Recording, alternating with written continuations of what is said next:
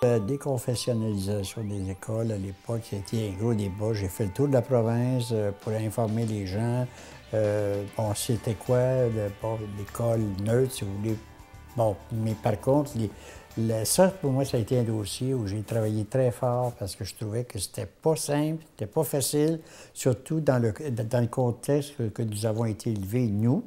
Alors, on commence à parler d'école, mais c'était comment maintenir l'enseignement religieux à l'école, l'enseignement, pas professionnel, mais l'enseignement autre que l'enseignement religieux. Est-ce qu'on touche à toutes les religions? Alors là, on touchait un peu à la Constitution canadienne. Des régions composées de catholiques, 95-98 voyaient difficilement comment est-ce qu'on pouvait déconfessionnaliser les écoles. Là. Les régions pluralistes, si on veut, comme la Ville de Québec, la Ville de Montréal, surtout le 6 Nord, le 6 Sud, eux, la confessionnalité, c'était pas un gros problème. La Fédération, un sondage auprès des parents a constaté qu'il y avait quand même 54 des parents qui voulaient le maintien d'un statut confessionnel dans le cadre de la Commission scolaire linguistique. Et ça, on s'est battu pour l'avoir et nous l'avons maintenu pendant une période de temps. On jouait une game là-dedans extrêmement importante, puis il fallait que les gens soient bien informés.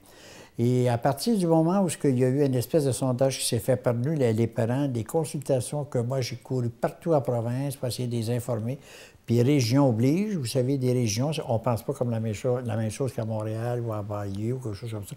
Alors, il y a des mentalités différentes. Il faut respecter ça aussi, la spécificité régionale. Alors, ce côté-là, ça n'a pas été simple. Puis finalement, je me souviens, moi, à l'époque, à un moment donné, c'était la réforme pédagogique. Ils voulaient mettre une nouvelle réforme pédagogique dont les parents étaient en accord d'avoir une nouvelle réforme. Par contre, ils étaient bloqués parce qu'en voulant faire une réforme, bien, ils ont dit, bien, le protestant ou les catholiques, puis qu'est-ce qui arrive avec tout ça, puis bon, c'était pas aussi simple que ça.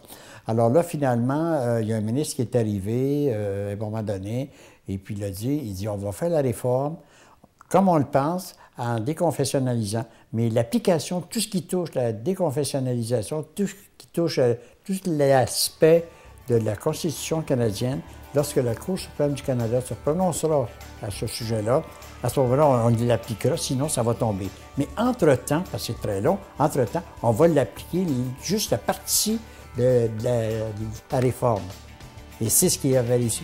Je pense que ça a enclenché le débat pour l'avoir, la réforme, que les parents voulaient avoir, mais que ça bloquait, puis on savait qu'avec la Cour suprême, les gens sont tellement vite, mais en tout cas, de toute façon.